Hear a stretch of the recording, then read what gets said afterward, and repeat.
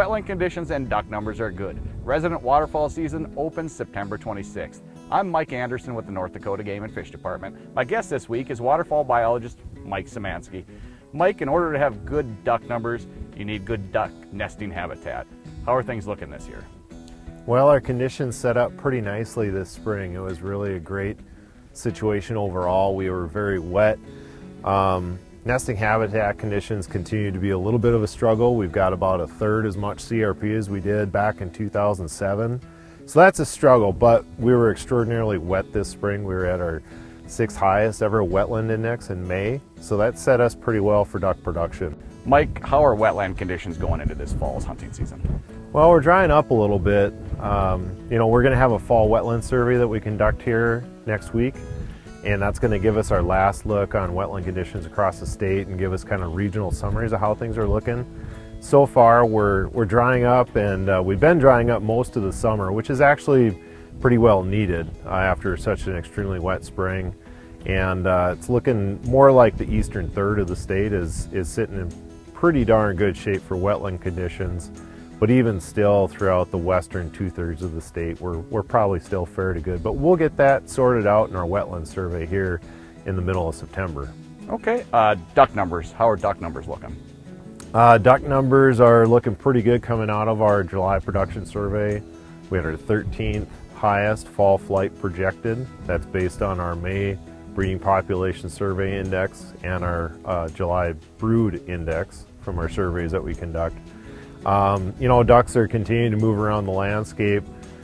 Things are changing all the time with wetlands drying up, fields getting harvested. We had this dramatic cold snap that's pushing some teal out, so unfortunately we might not be able to reap the benefits of our good teal year we had for production, but there'll still be some around by the time we open at the end of September. So there was a lot of small grain harvested across most of the state already. That's going along pretty good, and folks looking for mallards and Canada geese should find pretty good opportunities. We had very good Canada goose production across all of North Dakota this year, and that should provide pretty good outcomes for folks. Field hunting, mallard numbers were okay. We had a little bit of a dip in mallard production this year, it looked like, but those birds are moving all around the landscape, so I think folks should run into ample numbers of birds there. Arctic goose production is sort of an unknown this year because we didn't have folks available to do their work in the Arctic environments that they normally could due to travel restrictions. Okay, all waterfowl hunters are always curious about conditions in Canada. Yeah, Canada is providing a interesting situation this year.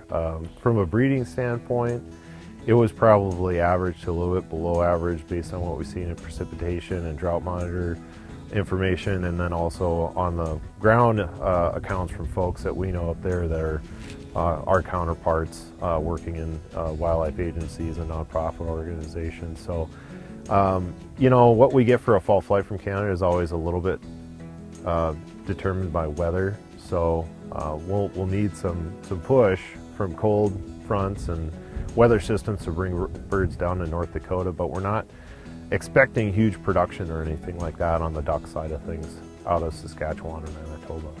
Mike, with COVID-19, Canadian borders closed, what can we expect here in North Dakota? Well, I think we're definitely going to expect a little more traffic this year. We've been fielding a lot of calls from folks. There's typically between 15 and 18,000 folks going to Canada to waterfowl hunt between the 3 prairie provinces, Alberta, Saskatchewan, and Manitoba. So, we don't expect all of those people to wind up in North Dakota looking to waterfowl hunt, but we're certainly getting some of them. And then I think folks in general are just taking a little bit more to the outdoors since early this spring, and it's following through into this fall with hunting as well. So we do expect a little more traffic out there, probably a little bit more competition for hunting spots. It's a little, there needs to be a little bit of perspective put on it though.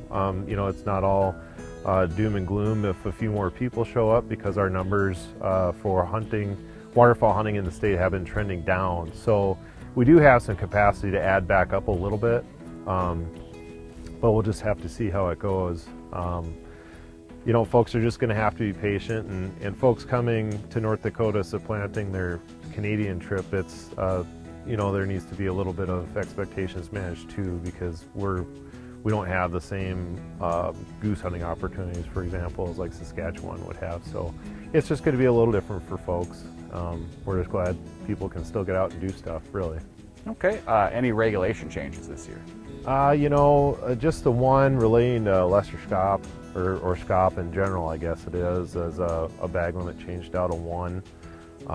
That's relating to a national harvest management strategy that we have and a recommendation passed by the Central Flyway Council. So, yeah, unfortunately, the scop population status, as it goes into that harvest management strategy, wasn't able to support a higher bag limit this year, so that's down to 1.